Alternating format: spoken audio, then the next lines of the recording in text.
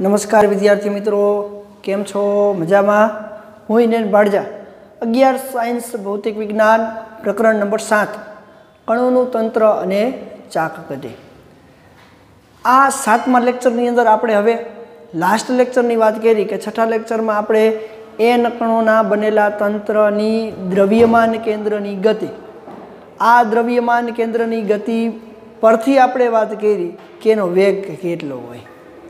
हवे आपणे आवा एन कणोना बनेला तंत्र पर लागता परिणामी बळनी चर्चा करवी छे।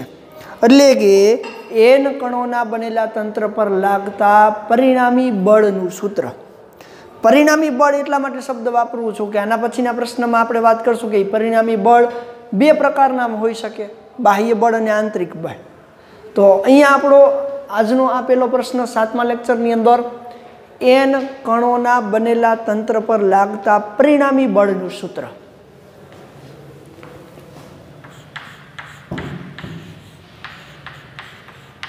एन कणोना बनेला तंत्र पर लागतुं परिणामी बळ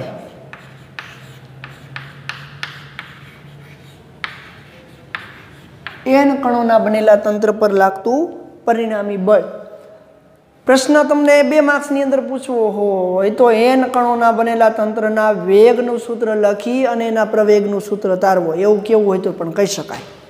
वेगनुं सूत्र लखवानुं अने एना प्रवेगनुं सूत्र। पण 2 के 3 मार्क्सनी अंदर प्रश्न पूछवो होय तो आपने एवुं कहीए के एन कणोना बनेला तंत्र पर लागतुं परिणामी बळनुं सूत्रनी तारवणी करो।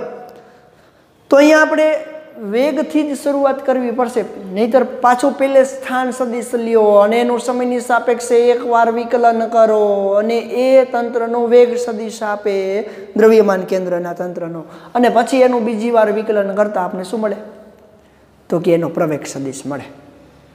तो अहीं आपणे एवी चर्चा करवी छे, धारो के M1 M2 M3 up to Mn जेटला कणो थी एक तंत्र बने અને આ તંત્રનું દ્રવ્યમાન કેન્દ્ર આપને ખબર છે તો જોવો જો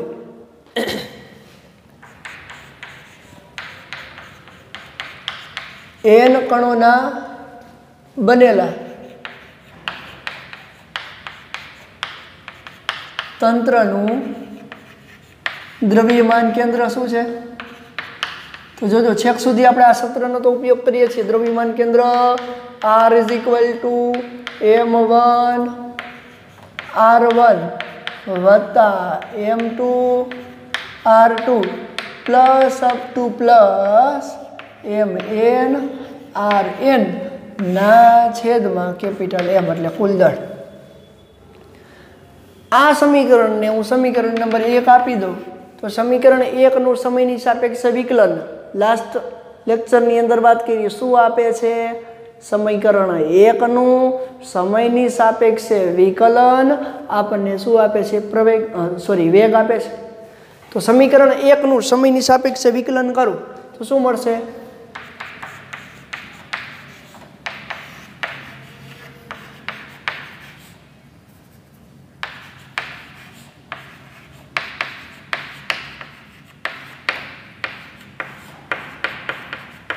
विकलन करता तो आपने वेग सदिश मळे छे। वेग सदिश v = M1 V1 वत्ता M2 V2 plus up two plus Mn Vn ना छेद में कैपिटल M। कारण के कुल दળ तो केवुं रहे छे? अचल रहे छे। दरेक दળ खंड पण केवा रहे छे? अचल रहे छे। એટલે કે દરેક કણનું દળ પણ અચળ રહે છે। આ આપણું સમીકરણ નંબર 2। હવે આપણે વાત કરવી છે કે સમીકરણ 2 નું પણ સમયની સાપેક્ષે વિકલન એટલે કે સમયની સાપેક્ષે દરેક કણના વેગ સદિશમાં થતો ફેરફાર આપને શું આપશે? પ્રવેગ આપશે।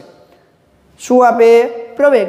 એટલે કે M1 ના કણનો વેગ v1 એનો સમયની સાપેક્ષે વિકલન, M2 ના કણનો વેગ v2 એનું સમયની સાપેક્ષે વિકલન, Mn માં કણનું વેગ vn એનો પણ સમયની સાપેક્ષે વિકલન એટલે આપને શું આપે છે?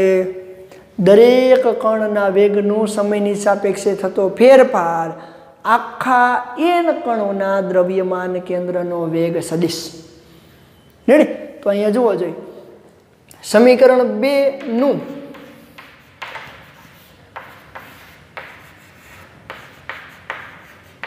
સમયની સાપેક્ષે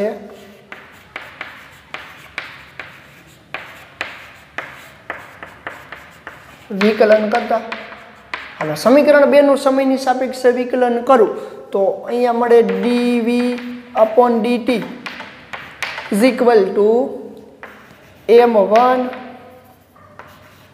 dv1/dt વત્તા m2 dv2/dt plus up to plus mn dvn/dt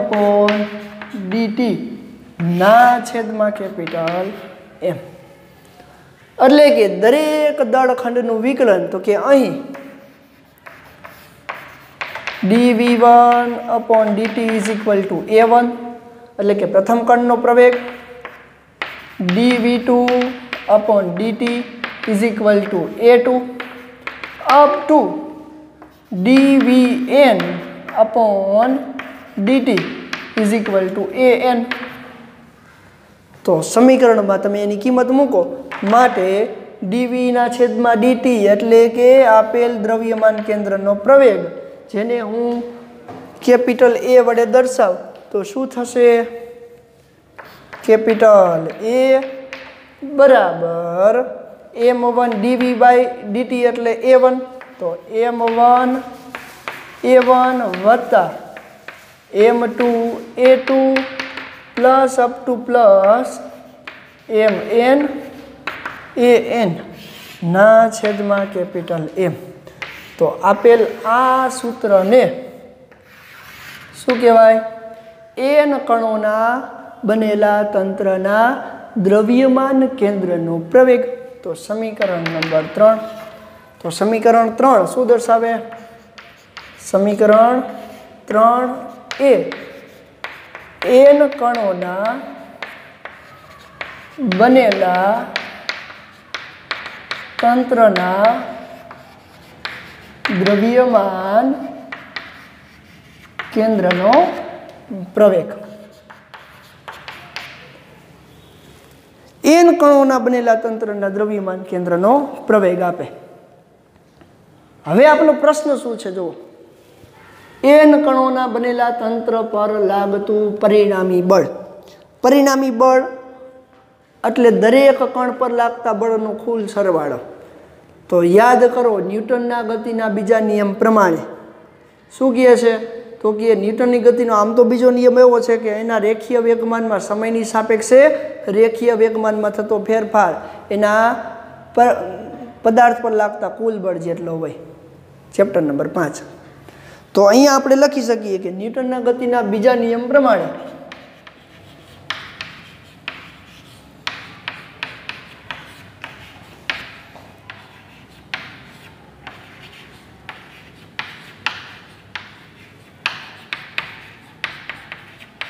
સમીકરણ 3 પરથી શું કહી શકાય? સમીકરણ 3 પરથી m ને સામે જવા દો તો સમીકરણ 3 પરથી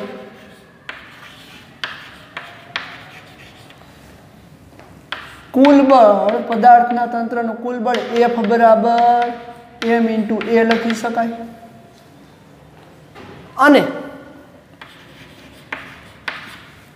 અને દરેક કણ પર લાગતું બળ પણ એટલે કે m1 દળ a1 પ્રવેગ, m2 દળ a2 પ્રવેગ, mn દળ an પ્રવેગ અને F1 is equal to m1 a1, F2 is equal to m2 a2 up to Fn is equal to mn an લખાય.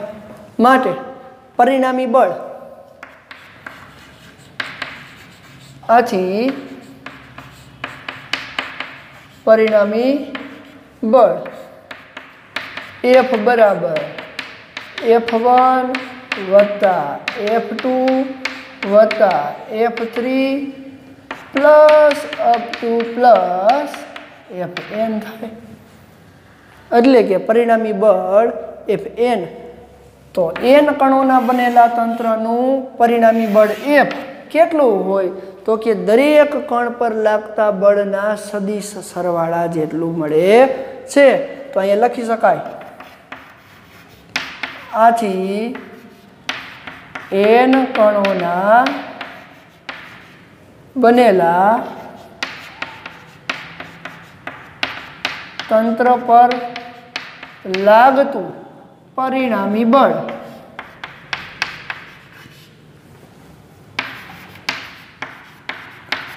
દરેક કણ પર લાગતા બળના સદિશ સરવાળા જેટલું હોય છે.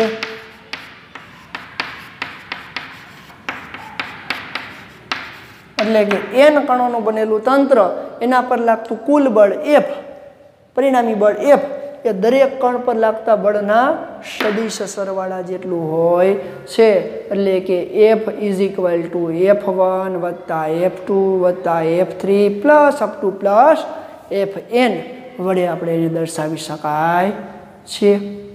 તો આ છે આપણું n કણોના બનેલા તંત્ર માટે એના પર લાગતા સ્થાન સદિશ, એટલે કે દ્રવ્યમાન કેન્દ્રના સ્થાનનું સૂત્ર, એના વેગનું સૂત્ર, એના પ્રવેગનું સૂત્ર અને n કણો પર લાગતા દ્રવ્યમાન કેન્દ્રના બળનું પરિણામી બળનું સૂત્ર.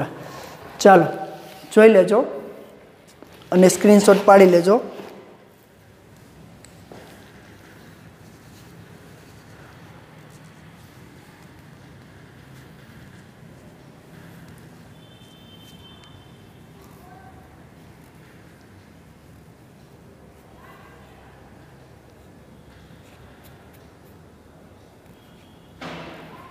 ચાલો હવે આપણે વાત કરવી છે, આજે n કણોના બનેલા તંત્ર પર બળ લાગે છે એ બળની ચર્ચા કરીએ.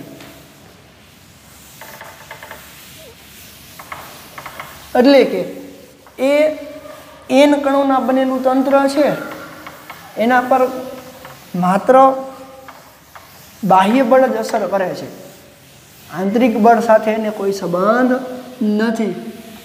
એવી ચર્ચાને આપણે અહીંયા ધ્યાનમાં લેવાની છે.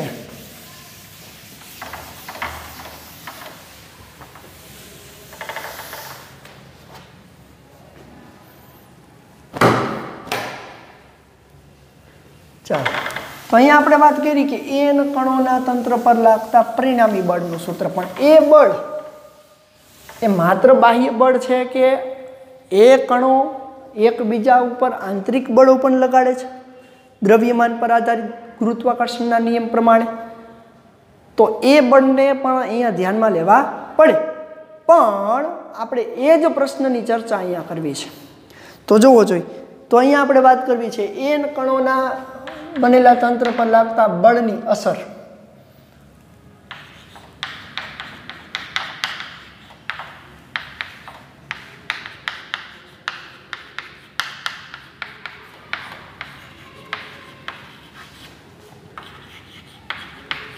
એટલે કે બળની અસરની ચર્ચા આપણે અહીંયા કરવી છે.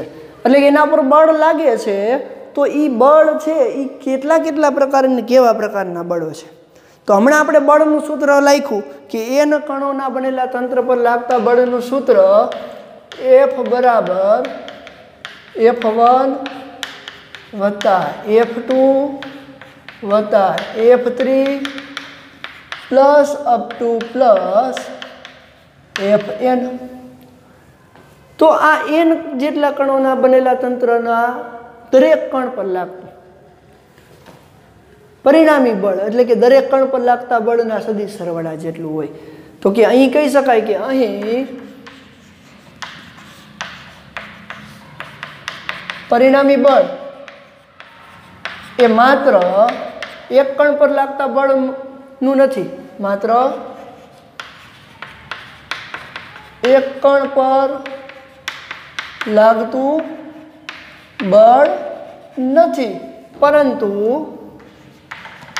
પરંતુ તમામ કણ પર લાગતા બળ જેટલું છે, તમામ કણ પર લાગતા બળના સરવાળા જેટલું છે। હવે આપણે એ બળની અસર જોવી છે, એ બળની અસર અનુભવવી છે। તો અહીંયા આપણે બે બળને ધ્યાનમાં રાખવા પડશે, બે બળને ધ્યાનમાં રાખવા પડશે। એનો મિનિંગ શું? તો કોઈ એક પદાર્થ લો, n કણોનો બનેલો છે એવું વિચારો, n કણોનો બનેલો આ એક પદાર્થ છે। આ પદાર્થના બે કણની હું ચર્ચા કરીશ અત્યારે। તો હું અહીંયા એક કણ લઈ લઉં, પદાર્થનો એક કણ અહીંયા છે જેનું દ્રવ્યમાન m1 છે। આ પદાર્થ મારી પૈકી એક બીજું કણ છે m2 છે, m2 છે। તો જોવો જોઈએ આ પદાર્થ ઉપર હું બાહ્ય બળની વાત કરું તો ચાલો m1 કણ પર લાગતું બાહ્ય બળ આ દિશામાં હું એને F1 નામ આપી દઉં, રેડી? અને m2 કણ પર લાગતું બાહ્ય બળ આ દિશામાં છે જેને હું F2 એવું નામ આપી દઉં। તો આ બંને કેવા બળ છે? બાહ્ય બળ। કેવા બળ છે? બાહ્ય બળ।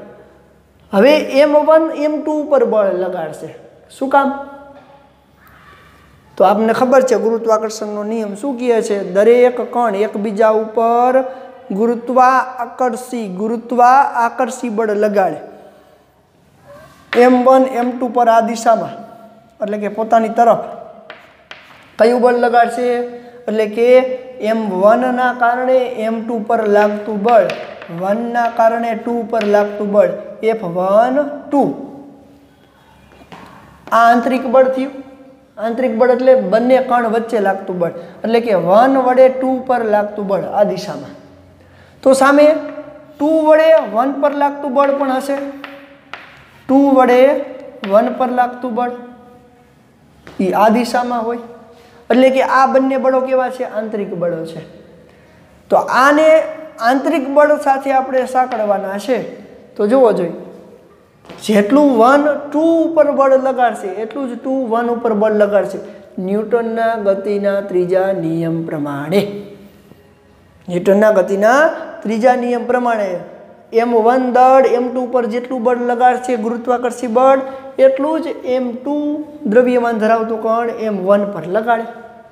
તો અહીંયા આપણે જોવો જોઈએ આકૃતિ પરથી આની બીજી વાર આકૃતિ દોરવી તો આમ દોરી શકાય। જો ધારો કે સૈદ્ધાંતિક બિંદુ આ લઉં તો અહીંયા m1 અને m2 દળ અહીંયા બંને લઈ લો તો m1 પર આ દિશામાં બળ લાગતું હતું જે આપણું F1 છે, m2 પર આ દિશામાં બળ લાગતું હતું જે આપણું F2 છે, m1 વડે આ દિશામાં બળ લાગતું હતું એટલે કે m1 પર જે શું હતું? F21। m2 પર આ દિશામાં બળ લાગતું હતું જે શું હતું? F12, 1 વડે 2 પર લાગતું બળ। આના એક સૈદ્ધાંતિક બિંદુ ઉપર આ બધા બળોને લગાડી દીધા। તો જોવો જોઈએ આ આકૃતિ પરથી આ આકૃતિને હું A આપી દઉં નામ, આ આકૃતિને B આપી દઉં। તો જોવો જોઈએ દ્રઢ પદાર્થના બે કણ પર લાગતા બળો બાહ્ય બળો તો જોવો જોઈએ આ દિશામાં છે। તો એ પરિણામી બળ કંઈક આપશે, કઈ રીતે? તો કે સબાચકોની રીતથી આપણે મેળવી શકીએ છીએ। સબાચકોની રીતથી આ પરિણામી બળ F મળે, પણ અહીંયા પરિણામી બળ તો શૂન્ય થઈ જાય। કેમ? તો કે જોવો જોઈએ સમાન મૂલ્યના વિરુદ્ધ દિશામાં ન્યૂટન ગતિના બીજા નિયમ પ્રમાણે। તો જોવો જોઈએ આકૃતિ B માં દર્શાવ્યા પ્રમાણે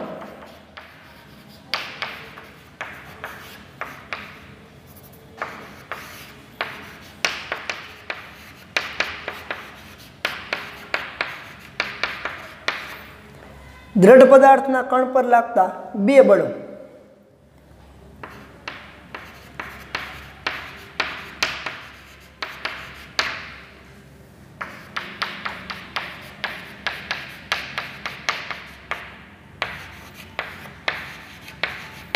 દ્રઢ પદાર્થના કણ પર લાગતા બે બળો કયા કયા બળ છે? અહીંયા એક તો બાહ્ય બળ, પેલું કયું બળ લાગશે? બાહ્ય બળો F1 અને F2। બીજું કયું બળ લાગશે? આંતરિક બળ આંતરિક બળો કયા કયા છે? 1 વડે 2 પર લાગતું બળ અને 2 વડે 1 પર લાગતું બળ. જો ને આમ વંચાય 1 વડે 2 પર લાગતું બળ, 2 વડે 1 પર લાગતું બળ. રેડી? તો જો આકૃતિ બી પરથી શું કહી શકાય? તો આકૃતિ બી પરથી આંતરિક બળો જે બિંદુએ એકબીજા પર લાગે છે એ સમાન મૂલ્યના અને વિરુદ્ધ દિશામાં છે. તો આથી ન્યૂટનની ગતિના ત્રીજા નિયમ પ્રમાણે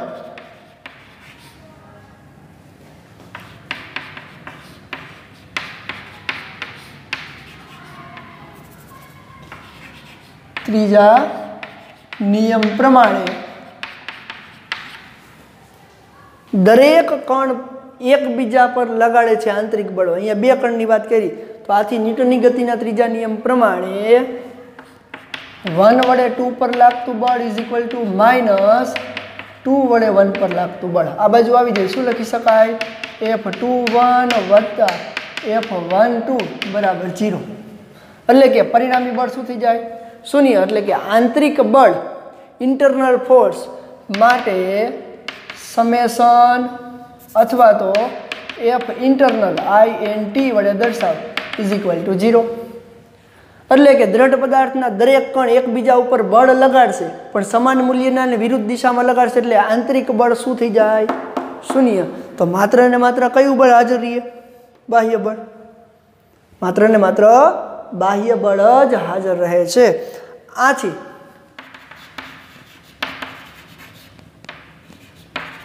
પદાર્થનો દરેક કણ એકબીજા પર સમાન મૂલ્યનું અને વિરુદ્ધ દિશામાં કેવું બળ લગાડે છે?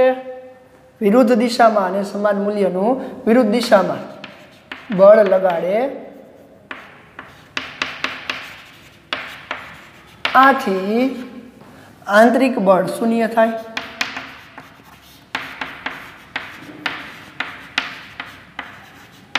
આંતરિક બળ શૂન્ય થાય છે. તો કહી શકાય આથી કણોના તંત્ર પર લાગતું માત્ર બાહ્ય બળ જ જવાબદાર છે. આથી n કણોના બનેલા તંત્ર પર લાગતું પરિણામી બળ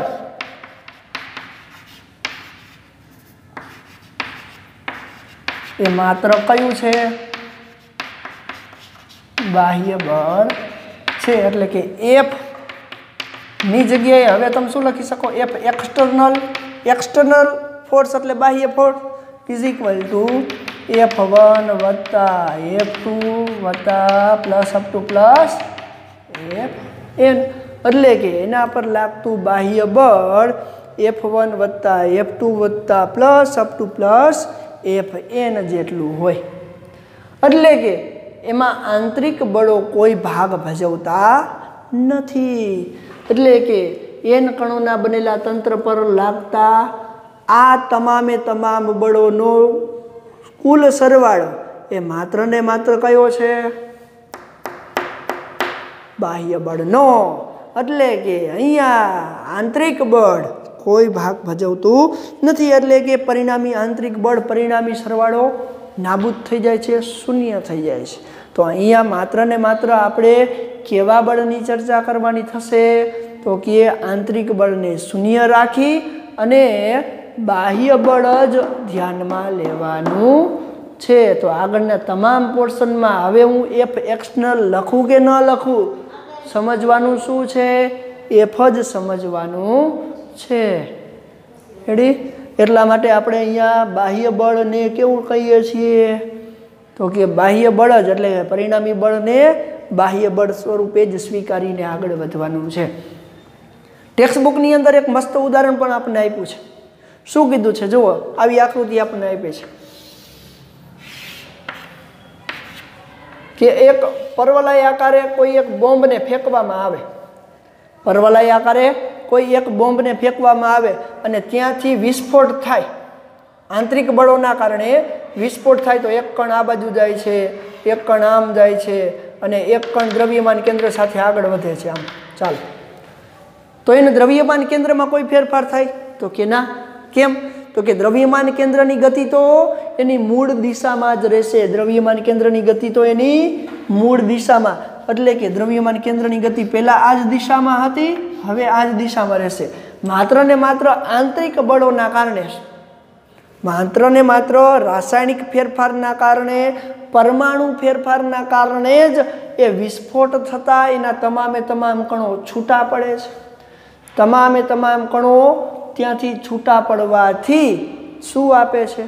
તો કે આંતરિક બળોના કારણે તમામે તમામ કણો છૂટા પડવાથી કણમાં જ ફેરફાર થયો, કણની ગતિમાં ફેરફાર થયો.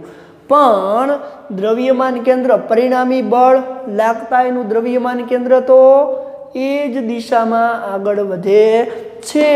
તો આ ઉદાહરણ પરથી બોમ્બની વિસ્ફોટ થવાની આ ઘટના પરથી શું કહી શકાય? શું કહી શકાય? તો કે આપેલ પદાર્થનું પ્રાથમિક, એટલે કે પહેલાં જે દ્રવ્યમાન કેન્દ્ર જે દિશામાં ગતિ કરતું હતું, આંતરિક બળોમાં ફેરફાર થવાથી દ્રવ્યમાન કેન્દ્રની ગતિમાં કોઈ પણ પ્રકારનો ફેરફાર થતો નથી. દ્રવ્યમાન કેન્દ્રની ગતિમાં શું કામ ફેરફાર નથી થતો?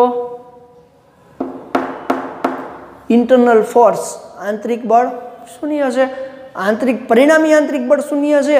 એટલે કે બોમ્બ ત્યાંથી વિસ્ફોટ થશે, પરમાણુ બોમ્બ હોય તોય ભલે, રાસાયણિક બોમ્બ હોય તોય ભલે, એટલે કે આંતરિક પ્રક્રિયાના કારણે વિસ્ફોટ થાય છે. એના તમામે તમામ કણ ભલે કોઈ પણ દિશામાં જતા હોય, તમામે તમામ કણ ભલે કોઈ પણ દિશામાં જતા હોય, છતાં પણ આ જે પરમાણુ બોમ્બનું દ્રવ્યમાન કેન્દ્ર છે એ કોઈ એક ચોક્કસ દિશામાં જતું હતું, એ જ દિશામાં પ્રક્ષિપ્ત થશે, પરવલયાકારે જ આગળ વધશે. ને પદાર્થની પ્રક્ષિપ્ત ગતિ તો ચોથા ચેપ્ટરમાં તમે ભણી ગયા છે.